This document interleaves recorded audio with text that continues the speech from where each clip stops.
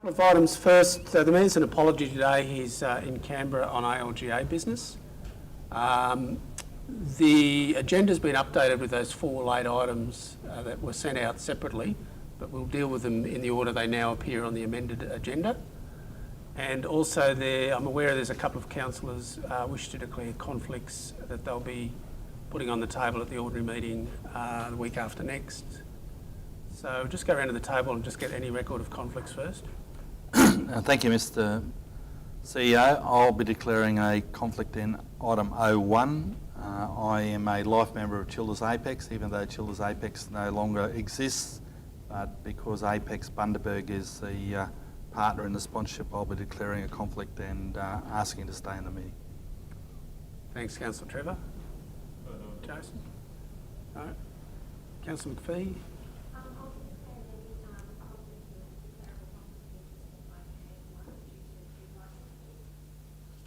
Okay, thank you. Councillor Barnes? Councillor McLaughlin? Councillor Haberman? Councillor Cooper?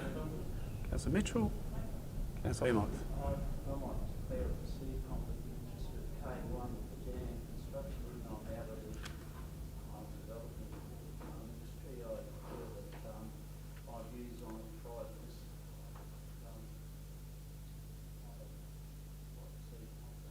Okay, might just tidy the wording up with Christine prior to the ordinary meeting on that one, Councillor Emmott. Might just tidy the wording up about what that actually will be by the ordinary meeting.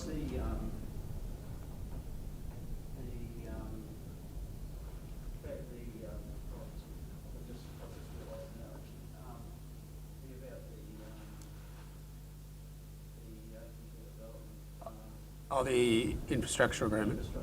Okay, all right, that's fine.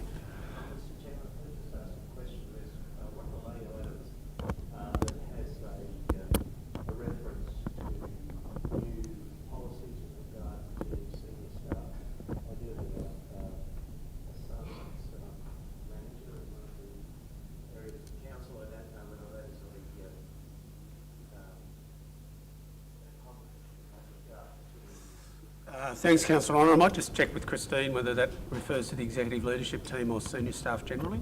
I think the policy is a related party disclosure policy, and it doesn't actually relate to anything where Councillor Honour's son's involved, so Councillor Honour should have a Okay, thank you.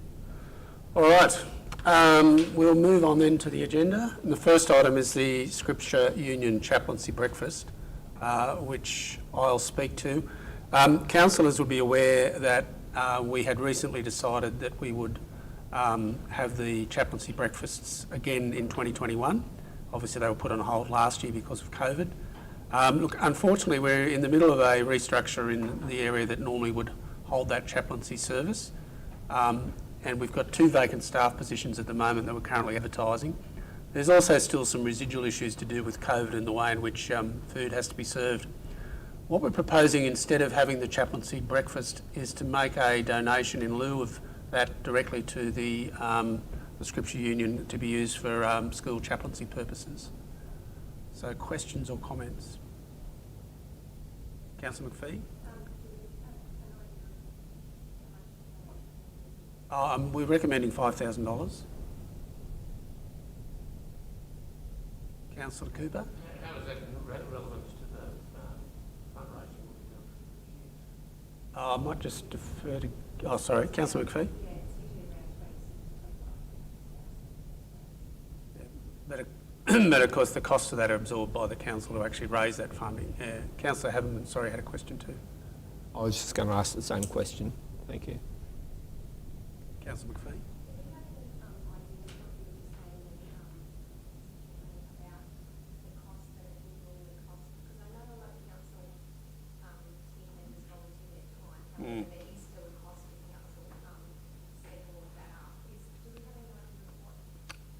Look, if I was taking a guess sitting here, I'd say it's probably not as much as the 5,000 that's recommended, but we could certainly look to try and get you a figure before the ordinary meeting.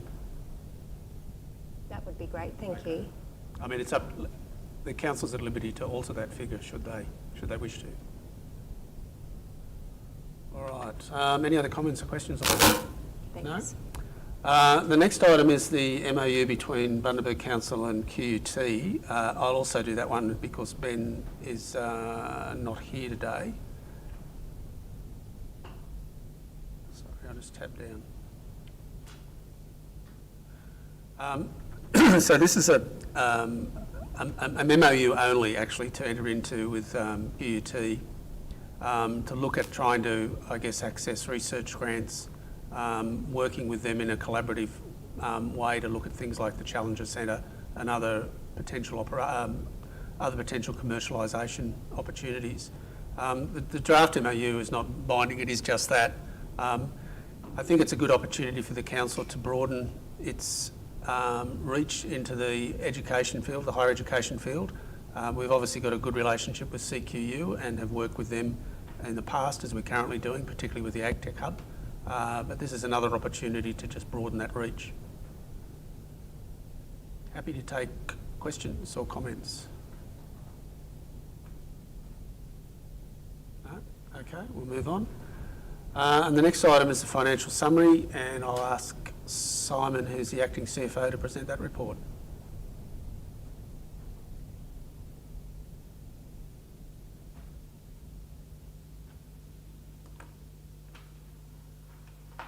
Welcome, Simon.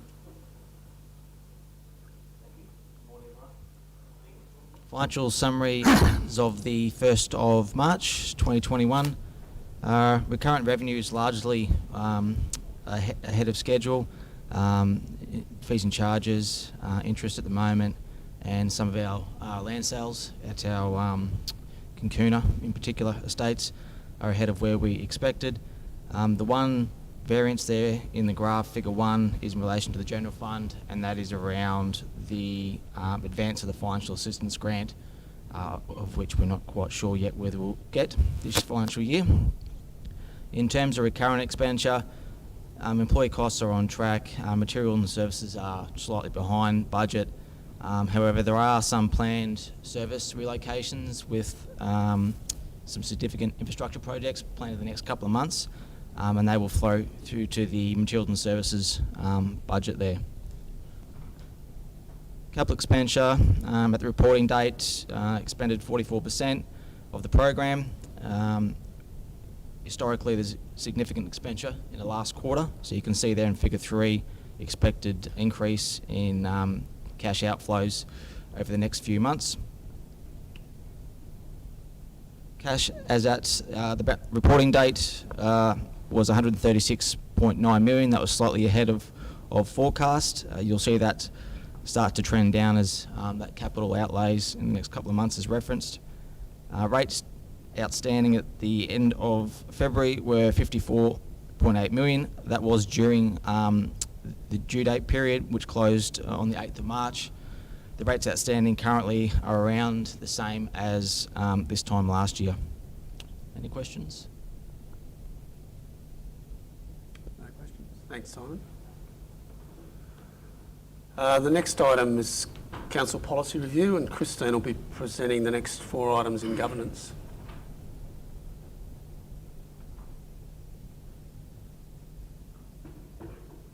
Welcome, Christine. Item G1 is in relation to the council policy review. So, as councillors are aware, council staff review our council policies in accordance with best practice or changes in legislation. Given that council resolved and has now appointed a Mayor's Chief of Staff, Councillor Advisor, we've updated the suite of policies to include with the acceptable request guidelines policy, so that the Councillor Advisor has the ability to request information about the council. There's new definitions in that policy regarding the Councillor Advisor, executive leadership team, and other updates throughout that document. The media relations policy has been updated as well, given the restructure in the communications department to refer to the communications manager rather than the executive officer communications. And the related parties document has been updated as well. That policy had additions to different staff who were able to access the information from the related party disclosures that were made and other grammatical changes.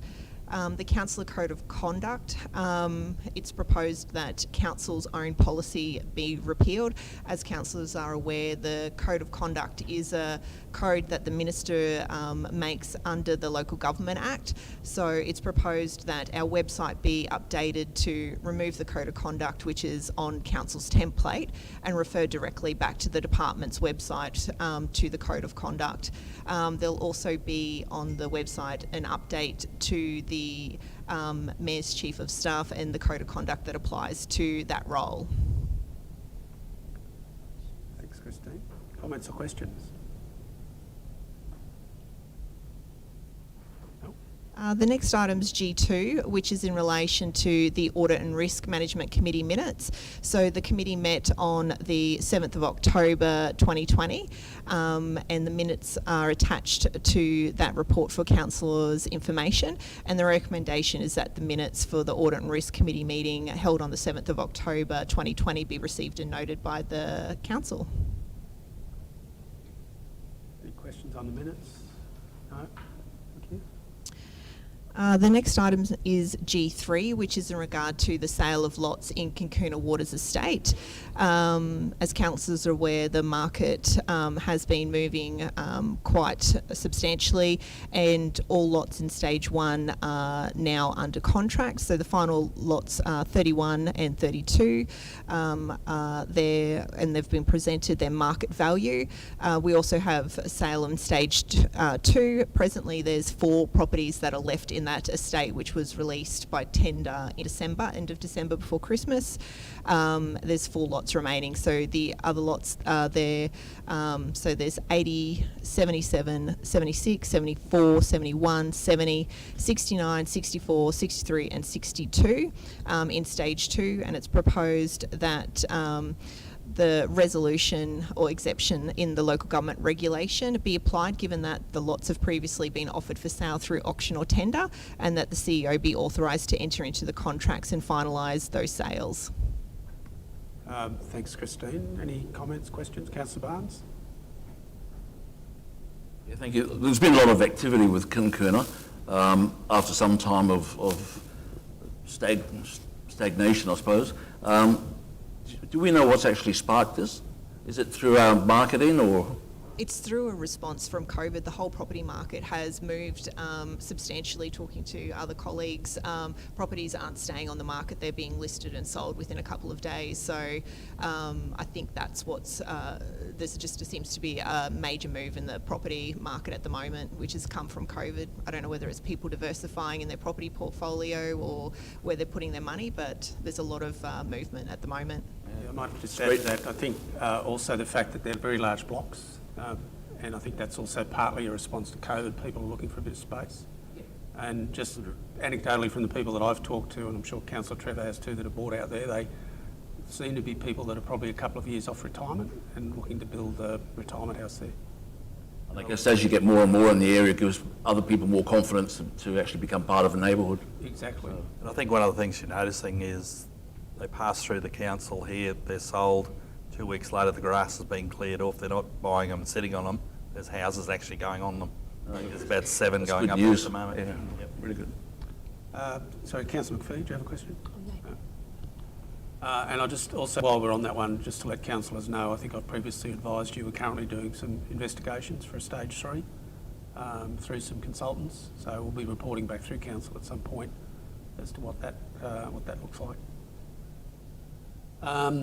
Okay, nothing else on that one? No? Mitch is going to do the cloud. Thanks, Mitch. Moment in the sun.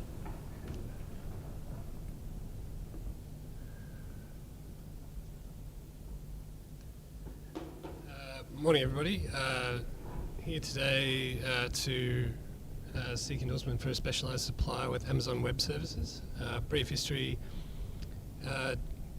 Amazon Web Services were chosen as Council's preferred cloud platform in 2019 after an RFQ. Given our growth in the space over the last couple of years, it's become disadvantageous for us to move. So here today to recommend that Council enter into an agreement with Amazon Web Services for cloud hosting providing without written quotes pursuant to Section 235 Local Government Reg. This arrangement could be made for 5 years if possible. Thanks, Mitch. Questions or comments? No? All good? Thank you.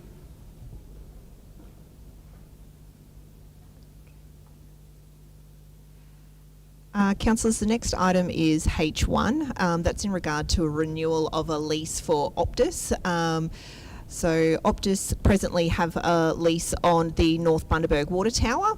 That lease has since expired, and it's proposed that a new lease be entered into for approximately 5 years with an expiry date of no later than the 30th of November 2026. The rent will be full market value and on Council's terms and conditions, and it's proposed that the exception contained in 2361C3 be applied, given that it's a renewal of a lease to an existing tenant, and that the CEO be authorised to enter into a lease with Optus for part of that parcel of land. Thanks, Christine. Comments or questions? Councillor Honour.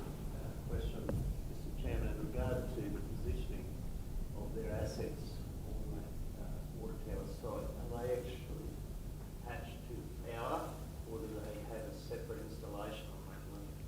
I believe they're attached to the tower, so it is for the radio equipment at the top, and they do have a parcel that's down the bottom for a lease area where their little hut is with all their communications equipment in. So there was a review done recently for water towers, and as part of that review, there will be other clauses that we're looking to make sure that the council's protected with regard to workplace health and safety in accessing those towers, and that they're required to access their equipment, especially at the top of the tower, from external rather than internally from the water tower. Thanks, Christine. Any other questions or comments? No? Another lease? Thanks. Yep. So H2 is a renewal of a lease to Optus, and this one is actually for the Childers Water Tower. So again, it's proposed that that lease be entered into for an expiry date no later than the 30th of June 2025. And again, the exception contained in the local government regulation be applied, given that it's a renewal of a lease to an existing tenant. And again, that the CEO be authorised to enter into that lease with Optus for part of that parcel of land. Questions, comments? No? That's all good too. Thank you. Thanks, Christine. Thanks, Christine. Open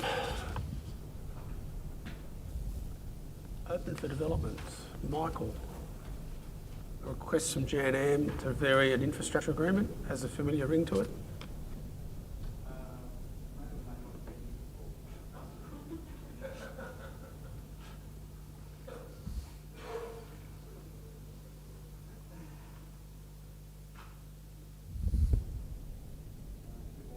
Councillors, as you see from the report before you, the Council last considered the infrastructure agreement for the Bundaberg Open for Development incentives relating to the approved shopping centre at 106 FE Walker Street in November last year.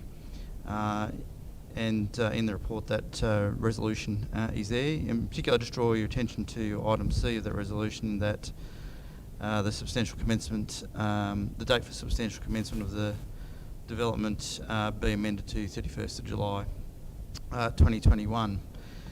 Since that time, you can see either just before Council resolved that or after, the applicants made a number of applications in relation to this proposal, the first being to subdivide the land so that stage 1 and 2B are located on a separate lot, with what we understand to be the intention to sell that to a developer who will then proceed with that development.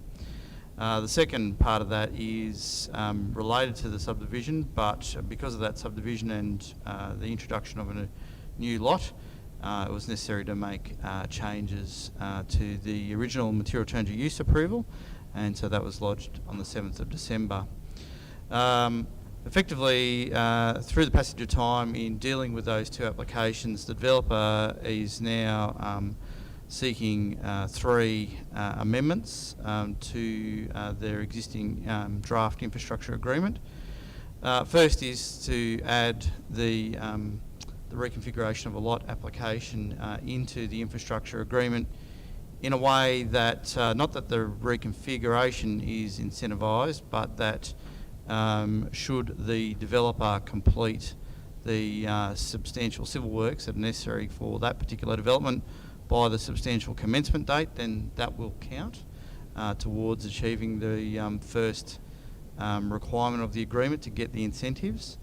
The second then is noting that the period of time that's elapsed, they're seeking a 3-month extension to the substantial commencement date to the 30th of November 2021.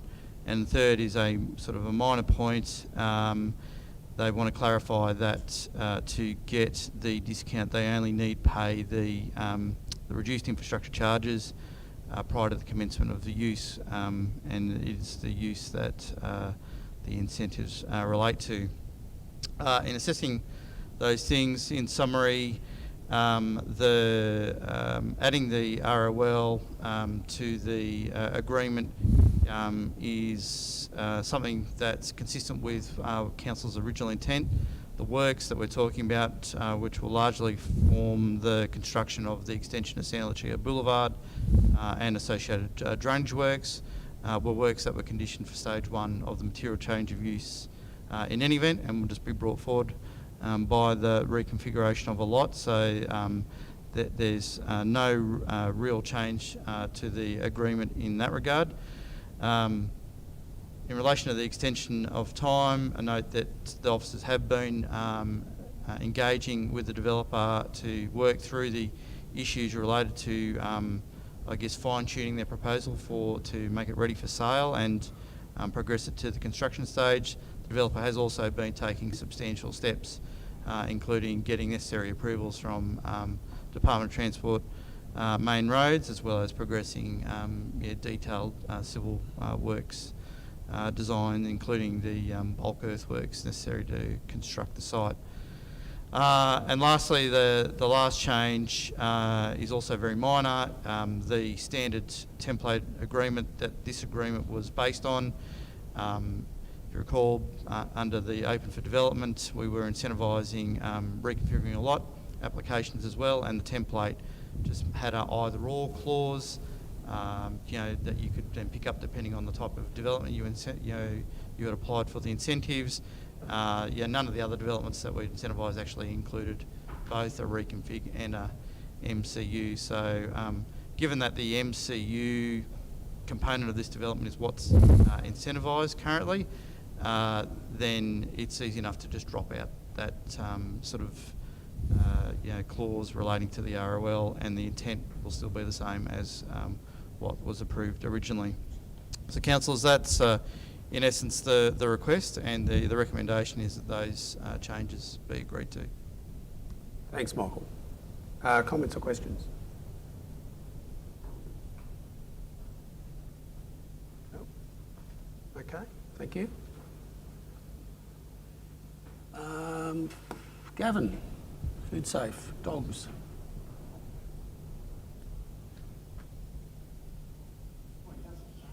Gav?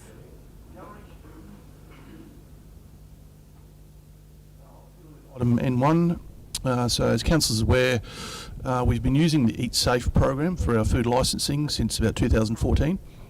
It's a licensed product, so to some extent it's relatively rigid, a bit inflexible if we want to seek changes. And so we've effectively reviewed that and looked at, is there a better way for us to do it? We think there is. So the officers have developed what they're calling Think Food Safe, which is a similar sort of program, but obviously if it's our own, provides far greater flexibility, gets away from the current star rating system, which is a bit confusing, and changes some of the discount arrangements that were currently in place under the old or under the current Eat Safe program that we're proposing to change.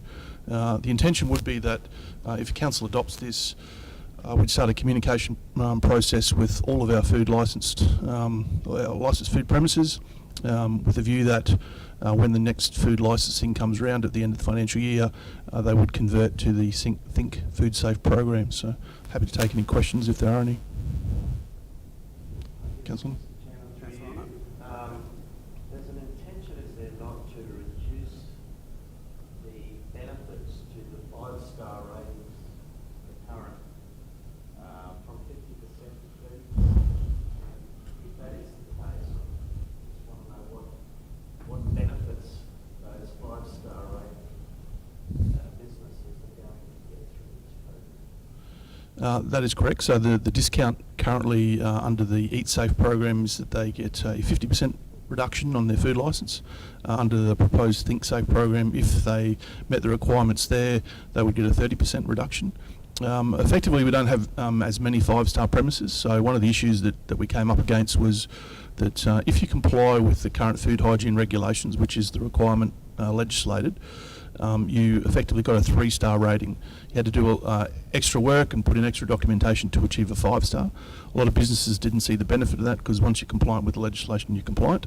And so the idea with the Think Safe food program is that, one, we're going to recognise compliance with the legislation as a big tick, as opposed to the process where it was 3 out of 5 stars. So a lot of food businesses weren't showing their star ratings, because even though they were compliant, it looked like they were average under the current system, where that changes under this new system.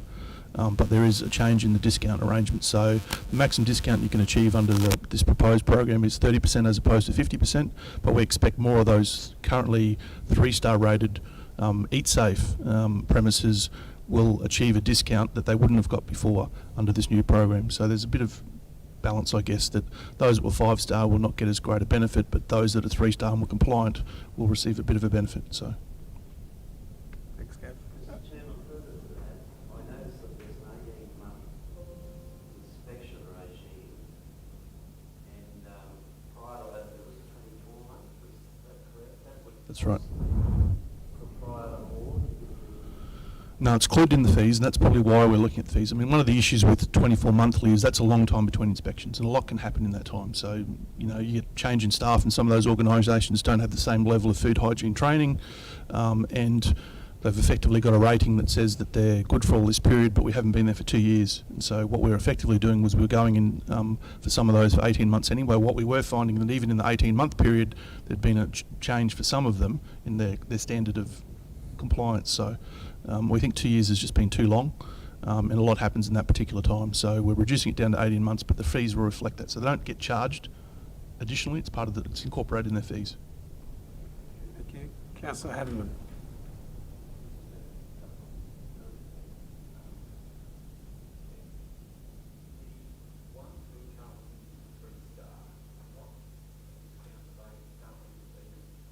They don't get any under the current system.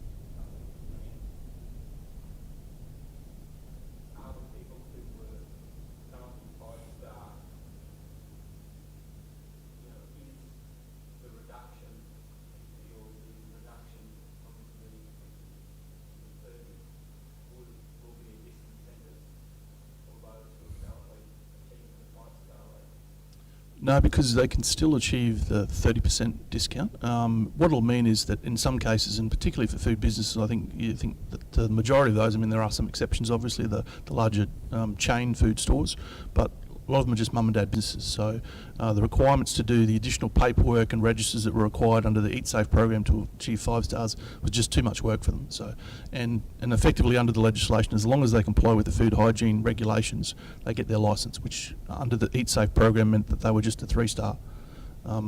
You had to do a whole heap of extra work if you wanted to get to 5-star. As I said, there weren't a lot of businesses that decided to do that because it was too much of a demand. It's not their core business. They're really into serving food, not doing paperwork. So I guess a lot of the feedback that we've got in reviewing this was from the food premises about there's no value to them in putting the extra work in to get a 5-star. People confuse it with something like a travel rating. You know, if you go on one of the travel sites and you get a 5-star, about how good the experience is. This was a food hygiene star rating. So people thought that if you were 3-star, maybe the food wasn't good, when really that's not what it's saying. It's a reflection against the legislation, and to go above and beyond that in regards to food hygiene. It didn't talk about what the taste of the food was like, or the quality of the chef and those sort of things. So. Thank you. Thanks, Gav. Any other questions or comments? No? Okay, we'll move on to dogs. Okay, the next one, councillors, is N2, Systematic Inspection Program for Dog Registration. So, as we discussed at a recent consultation meeting, one of the biggest issues we've got is the fact that we've got a high level of unregistered dogs currently in the region. So that is costing both council and the community money every time we get one of these dogs into our pound, because effectively we don't know who the owner is, so we've got to feed it and water it, look after it, vet check it, and do all those things in the hope that the owner will come forward. That might take a day or a couple of days. In the meantime, we're bearing that cost, and therefore on behalf of the community. Whereas if someone's got a registered dog that's collected, our guys can usually immediately contact the dog owner, and in a lot of cases the dog won't even touch our pound. It'll go directly back to the dog owner if it's got out, and we can deal directly with the dog owner. What we're also finding that the majority of the incidents we have, so the majority of the complaints we receive, when we go and do the investigation, majority of those dogs are actually unregistered as well. So it means that those people who are currently doing the right thing and registering their dogs are paying for and subsidising those who aren't. And that's where the majority of our complaints are coming from, of those dogs that are unregistered. So the intention here is to try to ensure that we get compliance, so effectively do a door-to-door inspection program for dog registrations. We did one back in 2015, I think it was, or 2014. What we found then was there was a significant increase in dog registrations as a result of that. At the time, we went from 8,000 up to about 13,000 dogs during that program. We expect that while we've currently got about 16,000 registered dogs, we'll get a similar sort of uplift. And certainly the hope is that that will reduce the demand on the pound, will reduce the cost to the community of looking after these dogs that are unregistered, because we're able to get them to the registered owners. One of the benefits of the dog registration program is that if your dog is registered and it happens to get out, we provide the first time it arrives at the pound, it's free. Yeah, effectively. So it's free, but it's covered in your registration, whereas that's obviously not the case for unregistered dogs. It takes a lot of time for staff to try to hunt down dog owners, and in regards to investigations, particularly where we might have a dog attack, much easier for us to find on our system if we've got a description of a particular dog and a particular breed to try to find if there's one of those particular dogs in the area. Otherwise we effectively have to door knock if it's unregistered to try to find it, and that adds time and effort, which obviously then the community pays for. So the proposal is that we'd do an inspection program. It would kick off from the 1st of May through to the 31st of August. The intention then is that usually our registration period runs from August. So we'd effectively line that up with our current registration program, with the hope that we'd get the majority of the dogs that are in the region registered, which then hopefully will reduce the burden on the pound, on staff, and then obviously the cost to the community at the moment in dealing with unregistered dogs. Happy to take any questions. Councillor Haberman. Going through the acting chair, just with that systematic inspection program, will that just be random, or will you know that dogs are registered at that address and there's no need to go to that address to do an inspection? Yeah, so the intention is that we will print out all of our current dog registrations, so we'll know houses where the dogs currently are registered, and we'll obviously go to those where there aren't any registrations and do a door-to-door inspection program. If obviously we see there's a dog there and there's nothing registered on our register, to say that there's no current dogs registered at this site, we'd then obviously have a chat to the owner and find out the details and then proceed from there. So. Sorry, we'll go around the table. Councillor Cooper. Yes. Thank you, Mr. CEO. Just my question relates to how we could simplify the process, and if the amount of people or dogs that haven't been re-registered after we gave them some leniency, we would have those on record already, and could we shortcut the system by simply going straight to them and asking them why they haven't re-registered? Process. So when we send out renewals, if we don't have renewal, they're automatically followed up once the expiry date has passed.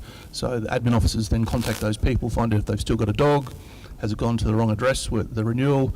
So we already do that process in following up those that we had on the system. This is for those that currently aren't on the system at all. So Yeah, in saying that, so the ones that we would be really after, because we'd be on top of that other situation, would be all new registrations, I take it. yes, yep. Councillor Barnes had a question. Yeah, thanks, Gavin. The cost of managing dogs within the region is absolutely huge to council.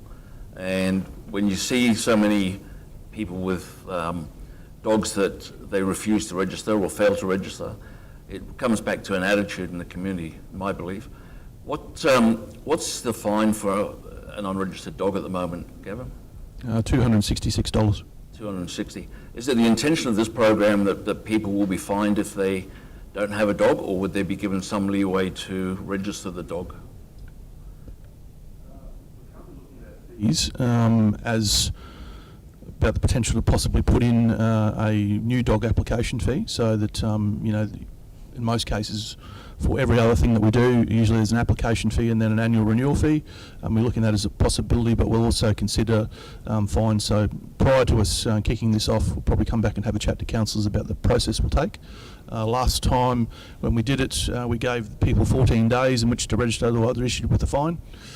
You could say that effectively we've incentivised people who haven't, and we've had to go and find them in the first place to do this, and then we're then giving an extra 14 days to comply when they haven't all this time. So it's probably something we'll come back to you with just prior to us officially kicking off to talk about the strategy we'll use. I think, councillors, that we've got to be fairly strong on this, because it really is a huge cost to council. It takes up a lot of staff time, a lot of resources, and it's simply done by people who flout the system, and refuse point blank to register their dogs. And the last systematic inspection program that we had, as you said, it's 14-15, was quite successful. A lot of people did take the responsible action of registering their dogs, and hopefully it'll happen again.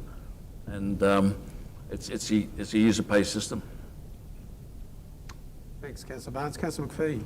I was just wondering how we compare as a regional council to other areas, if we've looked at that, and if there are other councils that have much better registration rates, have we looked at what best practices are to see what they're doing?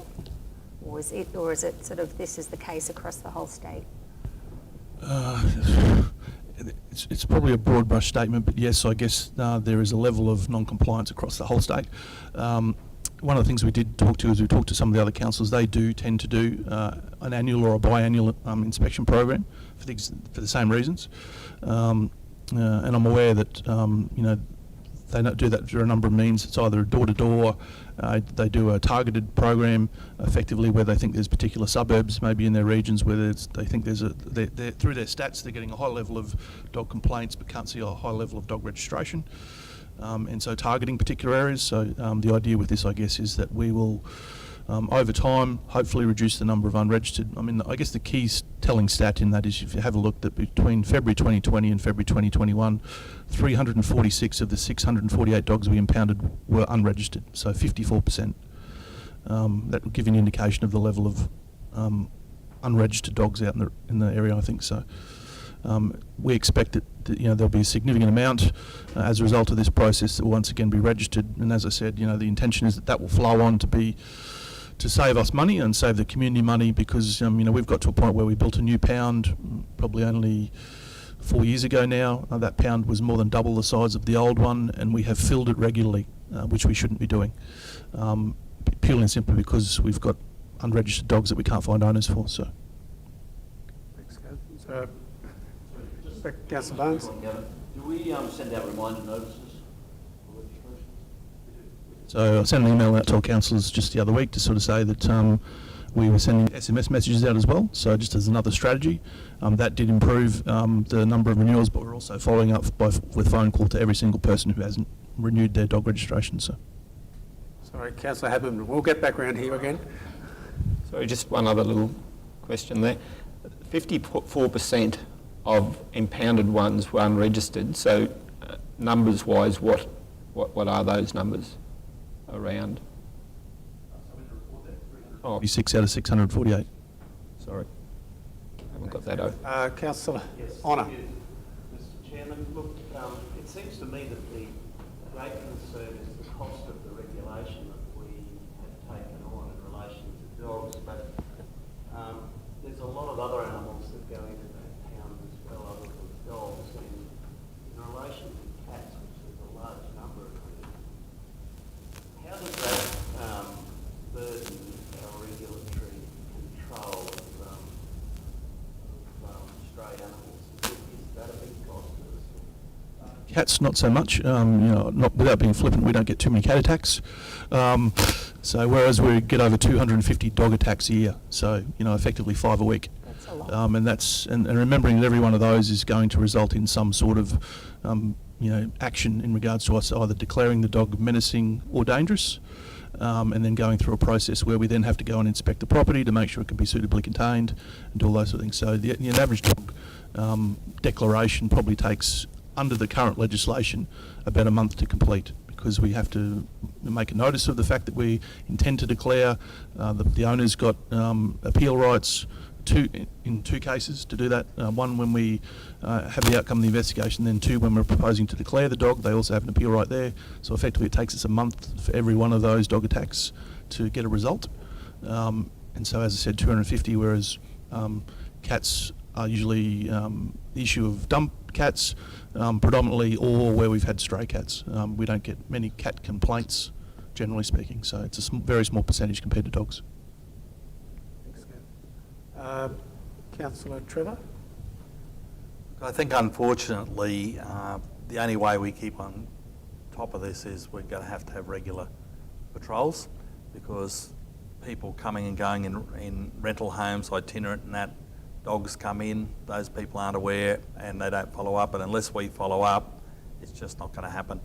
And don't believe because you have a registered dog at a premise that you don't have to go there, because some people have 4 dogs and they register 1 and they have others. So if you're going to do the door knock, we need to do the whole bloody thing, and we need to make sure that everyone's aware that it is going to be ongoing, because otherwise people slip back into bad habits and we're back with people getting bitten by dogs or annoyed by barking.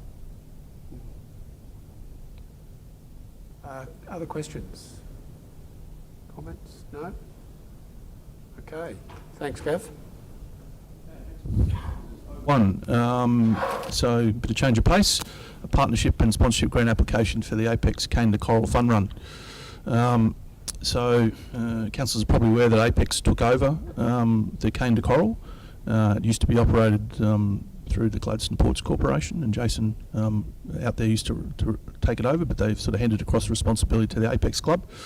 And so they're proposing to run the event this year, and are seeking council's support through our partnership and sponsorships program. Traditionally we've supplied $10,000 towards that as a goal level sponsor, and they've sought a similar level of sponsorship for the 2021 event, which will be held in August. So happy to take any questions if there are any. Councillor McLaughlin. I just noticed the discrepancy in the budget that they put into council to apply for the grant, $10,000 for marketing. But then when you go into the proposed budget in their sponsorship package, it's noted that $5,000 for marketing.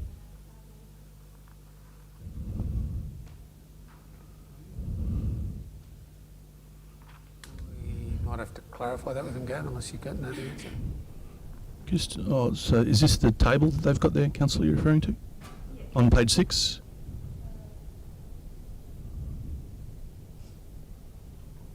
No? Page 7.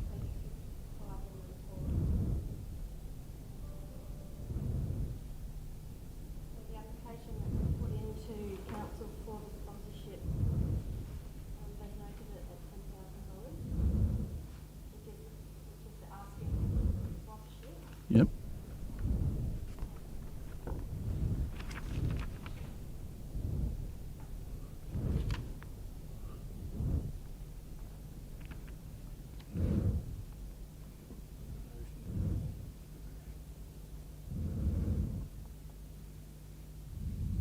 On the table at the back, it says marketing, advertising, printing 5.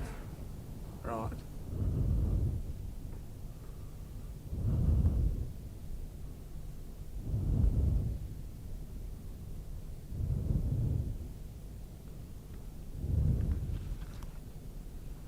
we might have to clarify that with them prior to the ordinary meeting to see which figure's correct, or whether there's some other amounts that add up to the 5 that's not shown in the last table. We'll take that one on notice. Yep, Okay. it's definitely an anomaly, you're right. Any other questions or comments? Councillor Barnes. Yeah, just note, Mr. CEO, that this is what we refer to as an iconic event.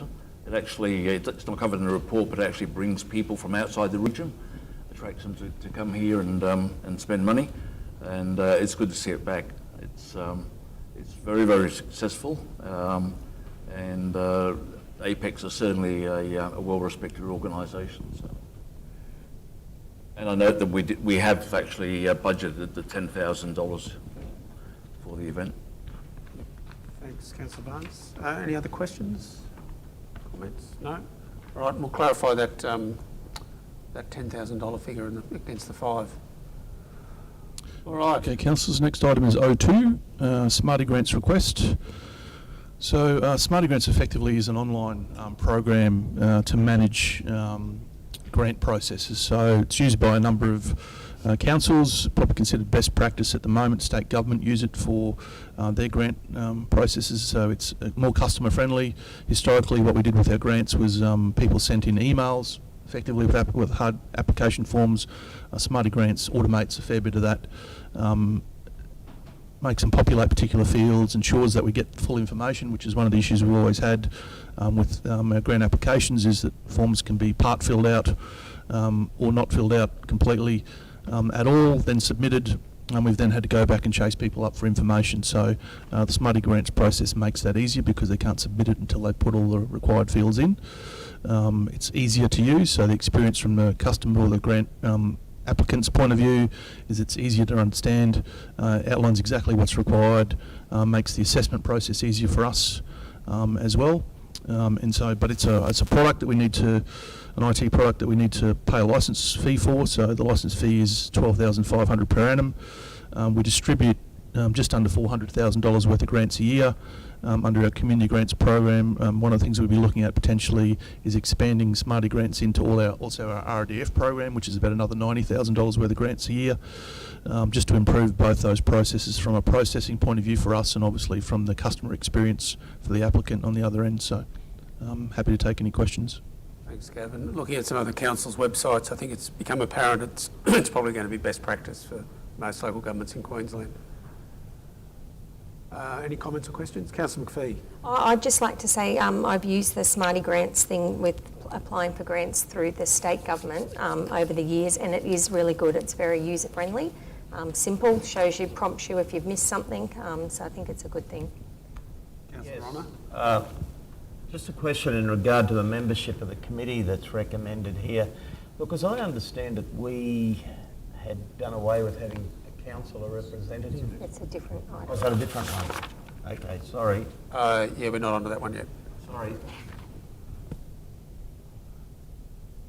No other questions on that one? No? Okay. Good that we're running an efficient meeting there, Councillor Honour. Yeah, we got ahead of time. Okay. I will speed up, Councillor. The next item is R1, Bundaberg Region Sport and Recreation Reference Advisory Group.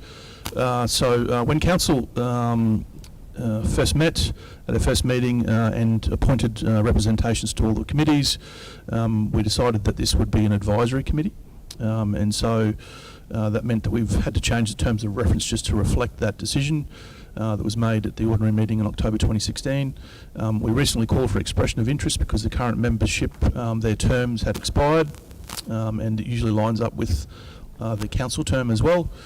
And so we've gone out for an expression of interest, received applications for the roles, and the persons who have been or proposed to be selected are in the report there. So Councillor Haberman as the portfolio chair, Geordie Lascelles who's the branch manager, Dave Field who's our sport and rec coordinator, Linda Kleinsmith, who's representative from the State Government, Department of Sport, Mr Bradley Grogan and Mr Peter Bock, who are Community and Sport reps, Mr Noel Stitt and Mr Gills, Simon Gills, who are both Education Queensland reps. So happy to take any questions.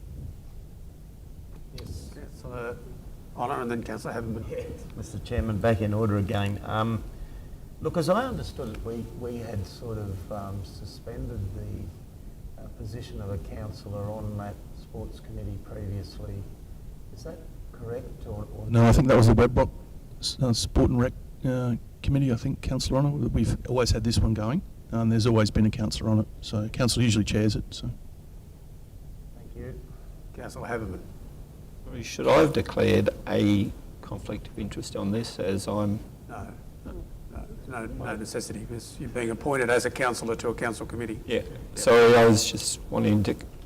I didn't think so, but I just wanted that confirmed. Thank you. Any other comments or questions? No? Thanks, Gav.